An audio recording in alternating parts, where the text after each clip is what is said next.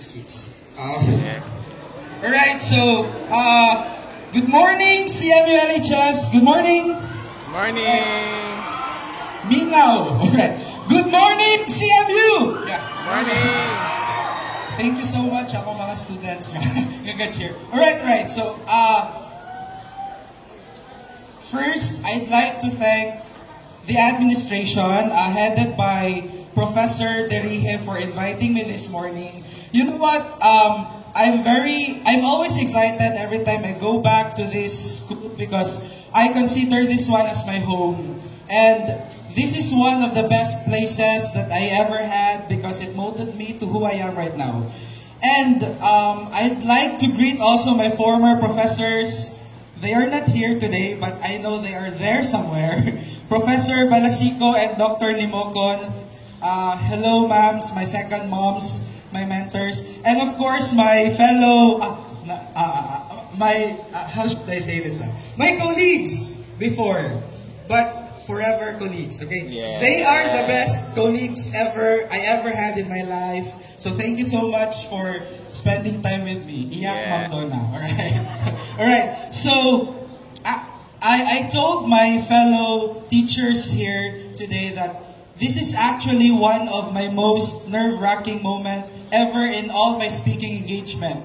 Because it feels so awkward speaking in a place where you came from and your friends, your bully friends, sorry for the term, but it's normal for us, are here in front of you. Alright? So, but I would like to take this opportunity to speak about what is happening in the world today. Alright? So, do you know the theme for this morning? Yes. Yes, alright.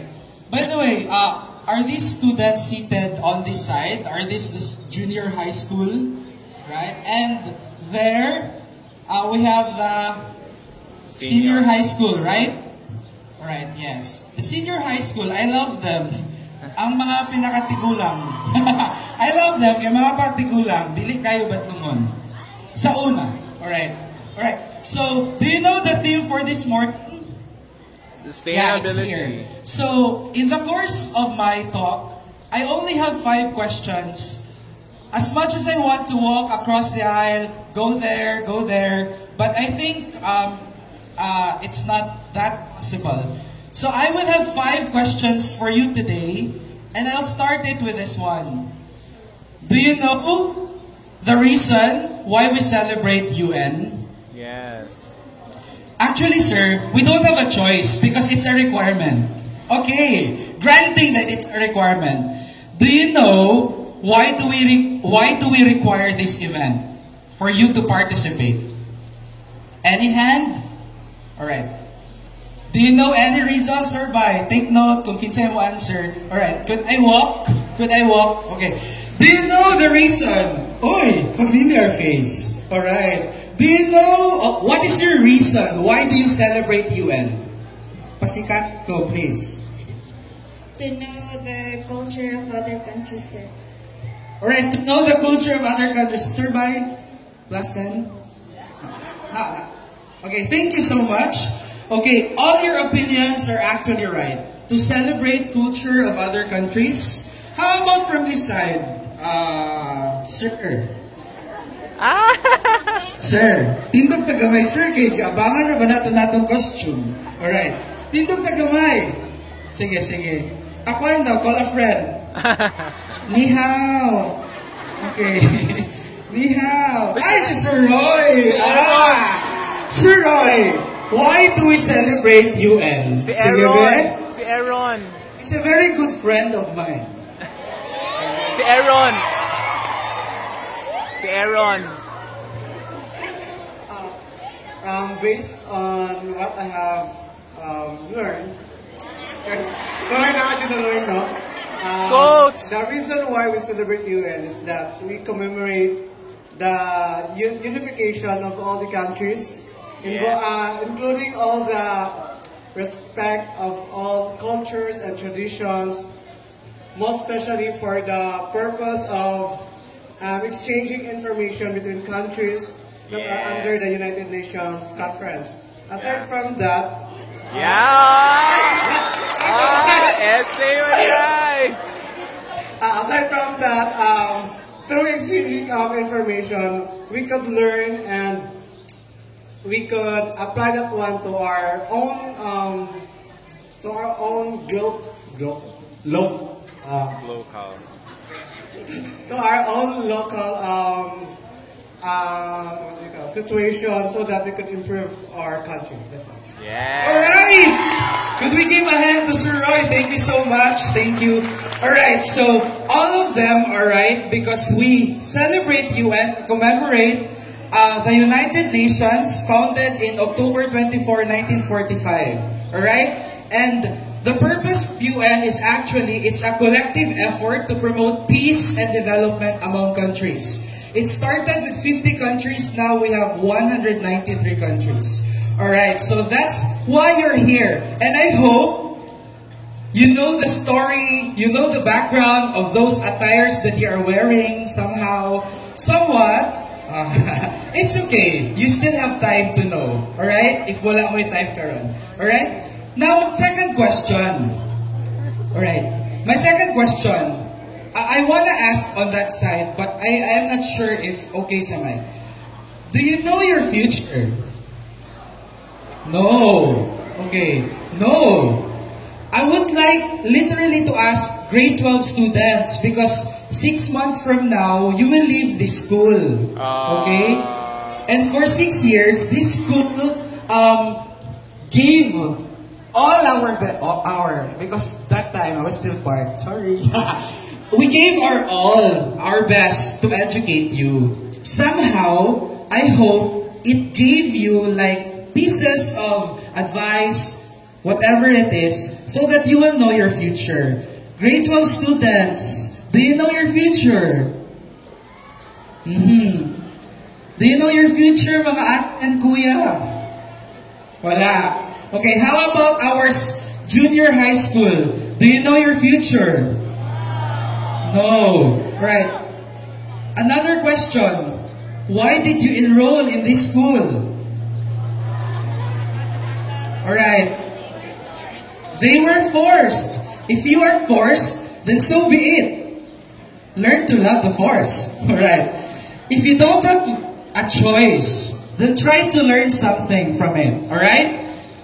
There's a purpose why you are here. Because primarily, I think your parents want to give you a bright future. Alright? Some of you are my friends in Facebook. I follow you on Twitter. You follow also me on Twitter.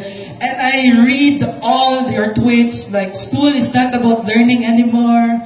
Stuff like that. But you know what? It's normal to express. But try to trust these people here. Try to trust this administration. Try to trust your parents that we are just giving you a bright future.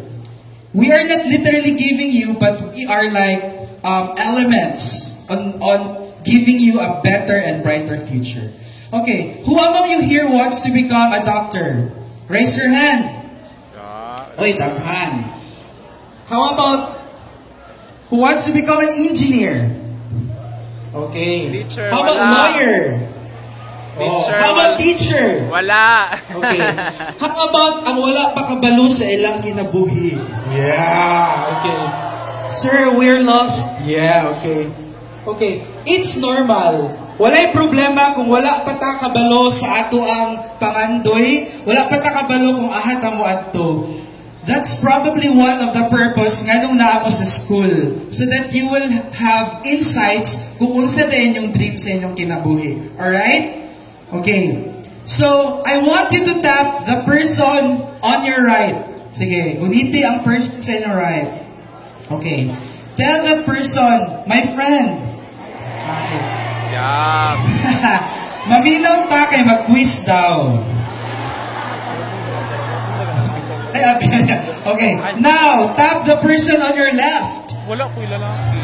Okay, tell him, walay problema. We're all on this together. Alright, okay. Are you still fine? Okay, are you still cool? Alright, could you give yourself a round of applause? Alright, for having looked attires, costumes, and participating for this today, for this morning's event. Now, I'll go to my second question. All right. How do I know my future? Kana bitaw, sir, paglabay na ako sa kantin ba, nag-smile siya, tapos natulala ko for 10 seconds. Oh my gosh! Diyan na kayo future, sir. Okay. Pagpuyo, oy, may pagmagpasa sa assignment or requirements. Tama. Bitaw, how do you know your future? Okay, I'd like to share, I don't know if this is something that I am proud of, but I'd like to share my story like 10 years ago, 11 years ago, 12 years ago. I'm not good in mathematics. 12 years ago, I really want to become a mad scientist. That's my dream. I always watch Discovery Channel, Nat Geo, Cartoon Network. I play Pokemon. So when I entered, there's so many Pokemons, right? Okay. When I entered here on this school, grade 7, first year na, grade 7, okay, grade 7, honor. Grade 8, honor. Pag abot o grade 8, kung saan naging third year? Grade 9. Grade 9. And grade 10 or fourth year, dito na ako na-meet ang mga dipole moment, ate guasay, mga, what's happening? What are these things? And I want to become a mad scientist. I want to become a biologist.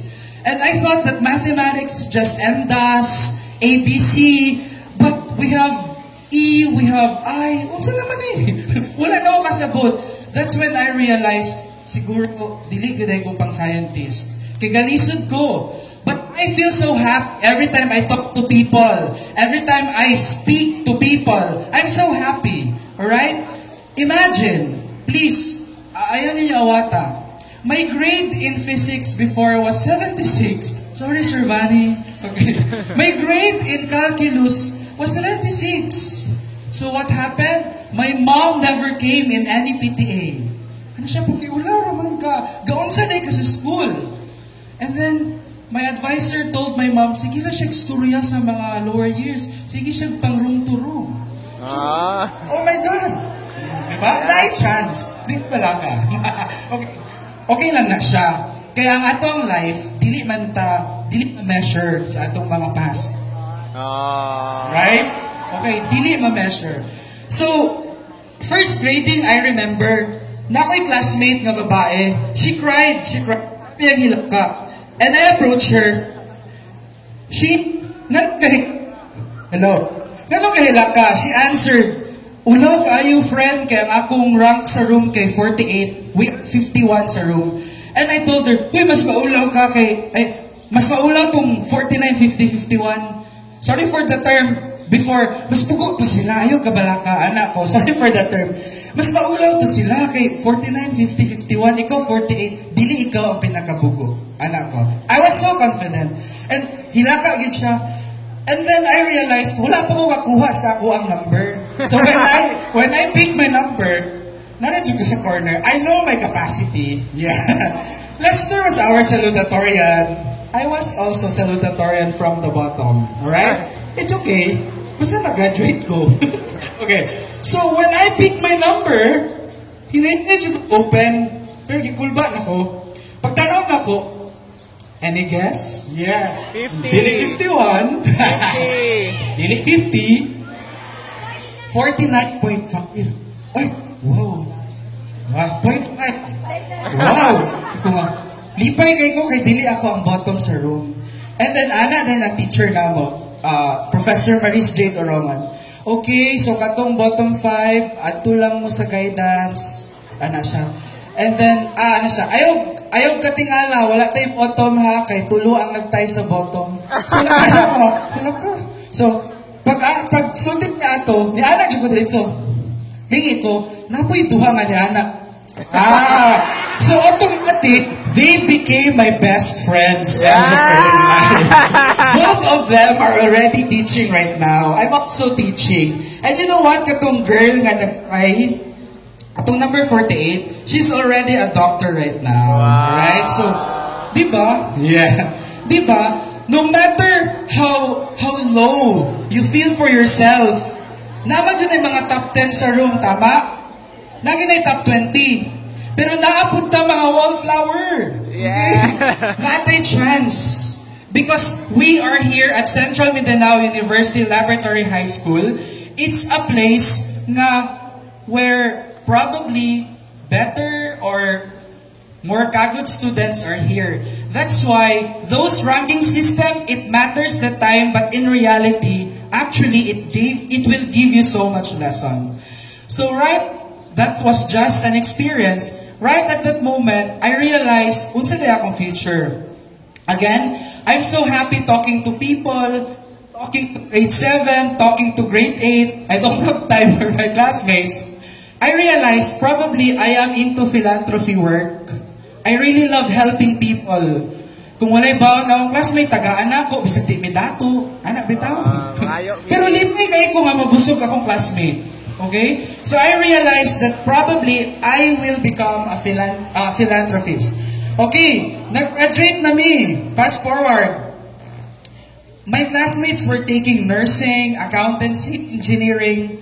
Ako wala pa dyan ko kabalon sa akong buhaton. Kaya kung saan ang course of philanthropist.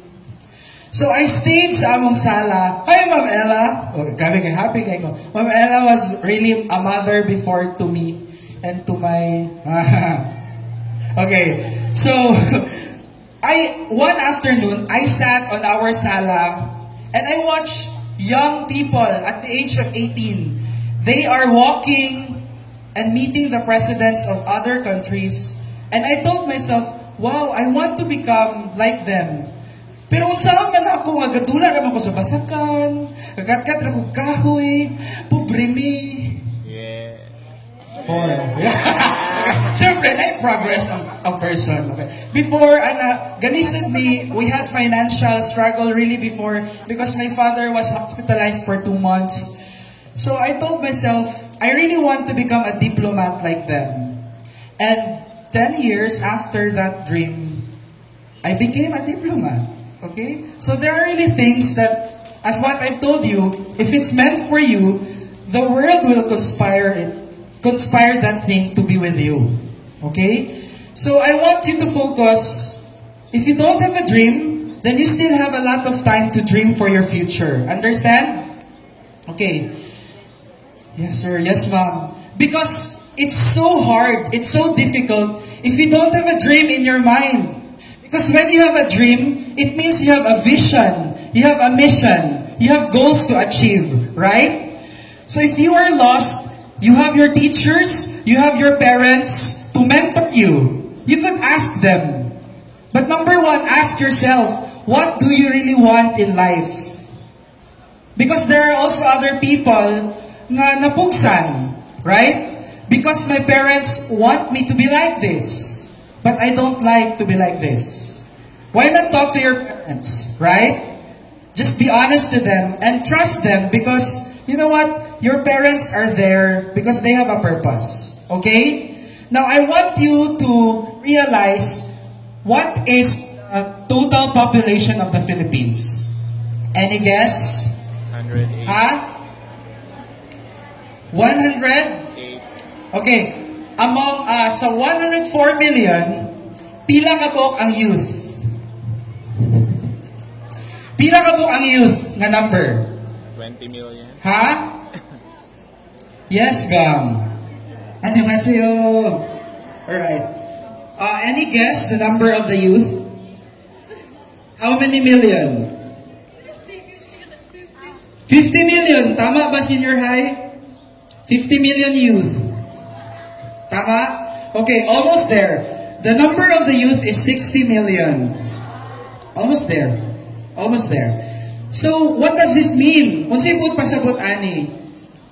Actually, 50 years from now, 40 years from now, the population of the Philippines is an aging population, just like what is happening in Japan. Mas dakan ang number sa tigulang. Alright? Therefore, it speaks hope nga naa sa ato. Kita ang next bearers sa ato ang community. Kita ang leaders sa atong community. Therefore, use the first 25 years of your life in investing for your future. Understand? Okay, ayaw mo pagsayang sa inyong time. Because you only have 25 years to invest for your future, 25 to 30 for your career, 30 for your family. And the average lifespan of a Filipino is 67. 65 to 70. Imagine you still have around 30 years to live. That's why you really need to invest a bright future. Understand? Now, do you know the term sustainability? Alright. Do you know the term sustainability? No. Okay. Sustainability is actually an ability to maintain a scale or rate that is very progressive for the future. Do you know the term sustainable development? Yeah? Slide. Okay. How many SDGs are presented by the United Nations? 12. Sige. 12. Ma'am Ella. Ma'am Ella, let's, I will roam around. Pila ka sustainable development goals ang i-present sa UN? 8. Yes, sir. Any guess? Alright, kinsa itong nagsyagat ng 17? Oh, dili. 7. Okay, please stand up. Please stand up. Kinsa to? Ay, Millennium Development. Who's that? Pangikuan. Oh, Miss Sabit, how many SDGs are there? Ay, Could you name the 17 SDGs? No. Could we give a hand to Miss Sabit? Alright, thank you so much. You know what, guys? There are 17 Sustainable Development Goals. And these goals should be modified in our communities, should be modified in our classroom. Do you segregate your waste in the classroom? Very good. Okay, unsa man gyud? Okay, do you use single plastic? Single Single-use plastic. Do you use straw? Yes. Alright. Kamusta ang mga turtles nato sa ocean? Kamusta atong ocean, by the way? Alright. The other night, naglindol? Or the other night? The other night. Alright. We experienced so many catastrophes. And actually, our environment is paying us back. Understand? That's why the Sustainable Development Goals are created for the people to protect the planet, for us to have partnership, for us to have prosperity and peace in life. That is why I urge you, all of you, to make simple steps in helping achieve the Sustainable Development Goals set by the United Nations. Alright, who among you here have Facebook account? Pataas ka mo. Sure, good mo senior high, wala Facebook. How about Twitter? In a day, how many hours or how many minutes do you spend time in Twitter or Facebook? Okay. How many hours? Probably minimum of 1 hour a day. Am I right? Alright. Now, this is a call to action. Aside from engaging into Twitter wars, probably, okay, because everyone is raging in Twitter, I urge you to spend 10 minutes on researching about Sustainable Development Goals. Is it okay? Kahinay. Is it okay? Yes! Are you sure? Yes! Hinay kayo, are you sure? Yes! Okay, I expect students from CMU LHS to research about Sustainable Development Goals this evening. Alright? And among the 17, try to choose what are the goals that best fit you and try to make something from it. Understand? Okay, going back on shaping our future. As what I've said, 60 million Filipinos are being asked to become the better leaders of our society. And sustainable development initiatives are being forwarded by our government and other countries. Examples of sustainable development advocacies are our wind energy, solar energy, crop rotation, green farming, etc., etc. Because all of us experience the plight of our environment. Tama ba? Karon dita kasabot, di ba? Init kaayo pagkataon-taon magunsa. mag-ulan, tapos magbaha. Ma'am, di ko makaskwela o kay nabasa akong shoes tungod sa climate change. Ana, dahil ang reason sa uban.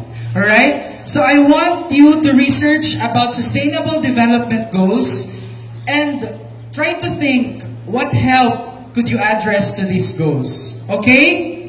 Alright. I want to end this one by the quote of Paulo Coelho. He told us that when we achieve our dreams, it's never easy. We will experience downfalls, disappointments, but great men are made by mistakes. Okay? Kung natumba mo tindog, kung gikapoy magpahulay, rest so that you can go further and farther. Alright? At the moment that you are already successful in whatever endeavor you have in the future, please remain humble. Understand? Because do you know what's more important than intelligence? Okay, what is more important than intelligence? Okay, it's actually manners. Manners. It doesn't matter what you achieve. What matters most is your attitude, your manners.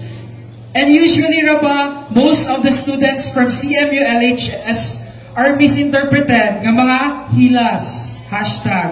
#hilas. Oh, #hilas. But it's up to you if you will live on that principle. Basta for me, manners matter. Alright? It doesn't matter what you achieve. Again, what matters most are your attitude, your manners. And I hope, again, the moment you become successful, stay humble and try to help our community because our future needs us. I think that would be all. Thank you so much for listening and thank you for having me here again. Thank you so much.